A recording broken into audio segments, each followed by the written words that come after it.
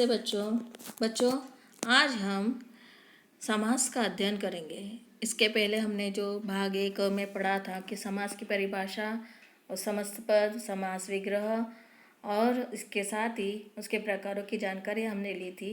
हम यहाँ पे थोड़ा सा उसी के से संबंधित थोड़ी सी हम जानकारी यहाँ पे लेते हैं और इसके बाद आगे के उसके प्रकारों का अध्ययन करेंगे। तो समास की परिभाषा। समास शब्द का शाब्दिक अर्थ है सम, धन, आस। सम का अर्थ होता है समीप, पास। आस का अर्थ होता है बैठना। जब दो या दो से अधिक शब्दों के मेल से शब्द बनने की जो प्रक्रिया होती है उसे हम क्या कहते हैं? समास कहते हैं। जैसे रसोई घर, रसोई के लिए घर। समस्त पद, परिभाषा क्या है समस्त पद की? दो या दो से अधिक पद मिलकर जो नया शब्द बनाते हैं उसे समस्त पद या सामासिक पद कहते हैं। समस्त पद दो प्रकार से बनते हैं। पहला पद यानी पूर्व पद, उत्तर पद यानी दूसरा पद। तो समस्त पद किसे कहेंगे? जब दो पद एक साथ मिल जाते हैं और जो नया शब्द हमारे सामने बनकर आता है वो क्या कहलाता है? समस्त पद कहलाता है। जैसे कि रसोई, यह हो गया पहला पद, पूर्व पद। घर, उत्तर पद, ये दोनों जब आपस में मिल जाते हैं तो हमें जो नया शब्द मिलता है वो मिलता है रसोई घर। उसी प्रकार से देखिए घोड़ा, सवार, घोड़सवार, कमल नयन, कमल नयन। फिर आते हैं हम समास विग्रह से के बारे में जानते हैं। समस्त पदों को अलग करने या सामासिक शब्दों के बीच के संबंधों को स्पष्ट करना समास विग्रह कहलाता है। समास विग्रह कब कहलाएगा? जो कि अभी हमने पढ़ा था समस्त पद हमने जब तैयार किए थे तो समस्त शब्दों को का विग्रह करने के किया जाता है तब उसे हम कहते हैं क्या? समास विग्रह। जैसे कि पूजा घर, पूजा के लिए घर। घुड़सवार, घोड़े पर सवार। चंद्रमुख, चंद्रमा के समान मुख। समास के प्रकार। समास के 6 प्रकार होते हैं। पहला होता है अव्ययीभाव समास, कर्मधारय समास, द्विगु समास, द्वंद्व समास, बहुव्रीहि समास और तत्पुरुष समास। अव्ययीभाव समास। अव्ययीभाव समास की परिभाषा। इस परिभाषा को जानने से पहले उसके नाम से ही हमें पता चलता है कि यह अव्यय है, यह अविकारी शब्द है। कैसे? शब्द निर्माण की प्रक्रिया में प्रयोग के आधार पर शब्द के 2 भेद बताए गए हैं। एक बताया गया है विकारी शब्द और दूसरा है अविकारी शब्द। विकारी शब्द वह शब्द कहलाते हैं जो परिवर्तित होते हैं और अविकारी शब्द वे होते हैं जो परिवर्तित नहीं होते, उसमें कोई भी परिवर्तन नहीं किया जा सकता। किसके आधार पर? लिंग, वचन, कारक के आधार पर। तो वैसे ही विकारी शब्द कौन से होते हैं? संज्ञा, सर्वनाम, विशेषण और क्रिया, ये 4 प्रकार के विकारी शब्द हैं।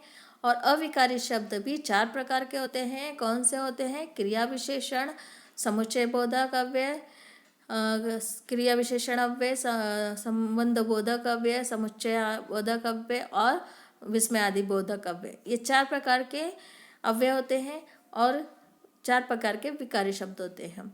तो जिसमें परिवर्तन होता है वो विकारी, जिसमें परिवर्तन नहीं होता वो अविकारी। तो यहाँ पर हम अविकारी शब्दों की बात कर रहे हैं, यानी कि जिसमें कोई भी परिवर्तन नहीं होता है, किसी भी कारण से यहाँ पे कोई परिवर्तन नहीं किया जाता है। अब यह देखिए, अब हम जानते हैं अव्ययीभाव समास की परिभाषा को।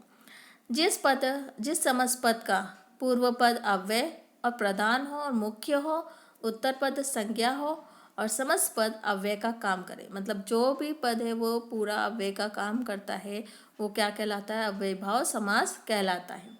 यथाशक्ति, शक्ति के अनुसार, बेखबर, बिना खबर के, रातों रात, रात ही रात में, भूख मरा, भूख से मरा हुआ, आजीवन, जीवन भर। इसमें जो भी शब्द दिए हैं वो सारे के सारे शब्द क्या हैं?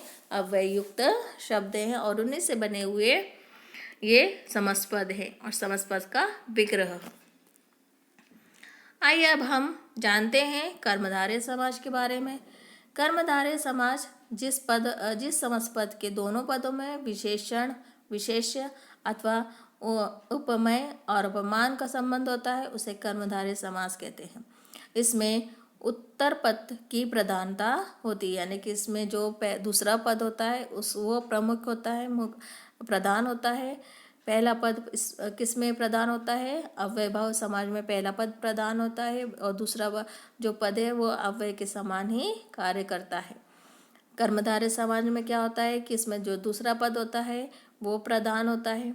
जैसे कि यहाँ पर उदाहरण के द्वारा देखिए, महात्मा, महान है आत्मा, तो आत्मा जो है वो विशेषण है और उसी की विशेषताओं को बताया जा रहा है कि वह महान है। सबसे पहले ये तो बताइए कि विशेषण और विशेषण जो संज्ञा सर्वनाम की विशेषता बताते हैं वो कहलाते हैं विशेषण, यानी कि जिसकी विशेषता बताई जाती है वो विशेषण है। नीता एक अच्छी लड़की है, नीता अच्छी लड़की है, तो नीता संज्ञा है, अच्छी विशेषण और लड़की विशेष है, क्योंकि यहाँ पर लड़की की विशेषता या लड़की बताई जा रही है कि अच्छी लड़की है, तो लड़की क्या हो गई? विशेष हो गई, और अच्छी क्या हो गई? विशेषण हो गया। तो इस तरह से विशेषण और विशेष यहाँ इस कर्मधारय समाज में उपयोग में आते हैं। उपमेय का मतलब होता है संज्ञा और उपमान का मतलब होता है विशेषण, यानी कि कर्मधारय समाज में विशेषण और संज्ञा से संबंधित उदाहरण होते हैं और इसी के साथ ही विशेषण और विशेष्य के होते हैं। जैसे महात्मा महान है जो आत्मा, मृगनयन मृग रूपी नयन, सज्जन संत है जो जन, नीलगाय नीली है जो गाय। द्विगु समास। द्विगु समास की परिभाषा उसी से पता चल जाता है, द्विगु उसके नाम से ही ये पता चलता है कि वो स्वयं ही एक उदाहरण है। दो गायों का समूह, यानी कि जहाँ पर खुद द्विगु अपने आप के द्वारा ही यहाँ पर बता देता है कि वह दो गायों का समूह है, यानी कि यहाँ पर समूह के बारे में चर्चा की जानी चाहिए। तो इसी से पता चल जाता है। अब उसकी परिभाषा देखिए, जिस समासपद के पूर्व पद में संख्यावाचक विशेषणों और समासपद समूह का बोध कराते हों उसे वहाँ द्विगु समास कहा जाता है। यहाँ पर एक और महत्वपूर्ण बात आपको बताती हूँ कि विशेषण शब्द के जो भी प्रकार होते हैं, जैसे कि विशेषण के 4 प्रकार होते हैं, जैसे गुणवाचक विशेषण, संख्यावाचक विशेषण, परिणामवाचक विशेषण, सार्वनामिक विशेषण। तो इसमें से गुणवाचक, परिणामवाचक और सार्वनामिक विशेषण ये तीनों की तीनों कर्मधारय समाज में जाती है और उसमें से संख्यावाचक विशेषण सिर्फ द्विगु समाज में उपयोग में लाई जाती है। मतलब यहाँ पर द्विगु समाज में संख्यावाचक विशेषण के शब्दों का उपयोग किया जाता है के किसी भी प्रकार का उपयोग यहाँ पे नहीं होता है। बाकी 3 प्रकार के उपयोग किस में होता है? कर्मधारय समाज में होता है। ये बहुत इंपॉर्टेंट बात है, महत्वपूर्ण।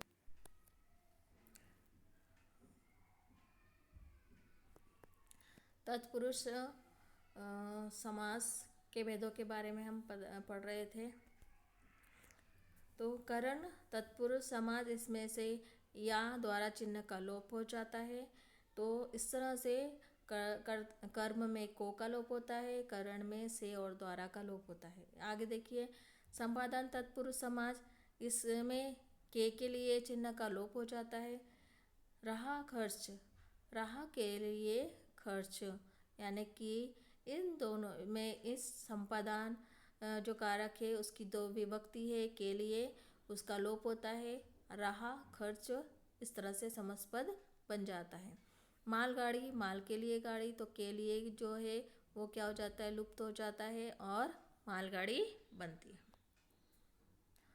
तत्पुरुष समास के भेदों के अनुसार उदाहरण है। उसके बाद अपदान तत्पुरुष समास, इसमें से अलग होने के अर्थ में का लोप हो जाता है, मतलब अलग अर्थ आता है में से जो है वो अलग अर्थ देने के, मतलब एक चीज़ से अलग होने के बारे में हमें पता चलता है कि कोई वस्तु है जिससे वो अलग हो रहा है। गुणहीन, मन से हीन यानी कि गुण से हीन। प्रदूषण रहित, प्रदूषण से रहित, यहाँ पे ये अलग हो रहे हैं। तो यहाँ पे से विभक्ति है वो लुप्त हो रही है। संबंध तत्पुरुष, इसमें का, के, की विभक्ति का लोप होता है। देश प्रेमी, देश का प्रेमी। पवन पुत्र, पवन का पुत्र। इस तरह के और भी उदाहरण से आपके पाठ्य पुस्तक में आप उसमें से देख सकते हो।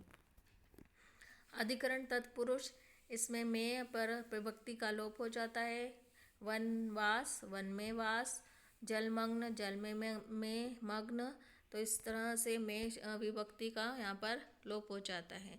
तो यहाँ पर हमने अभी तत्पुरुष समास समास के 6 भेद हमने पढ़े। अव्ययभाव समास, कर्मधारय समाज, द्विगु समाज, द्वंद्व समाज, बहुव्रीहि समाज और तत्पुरुष समाज।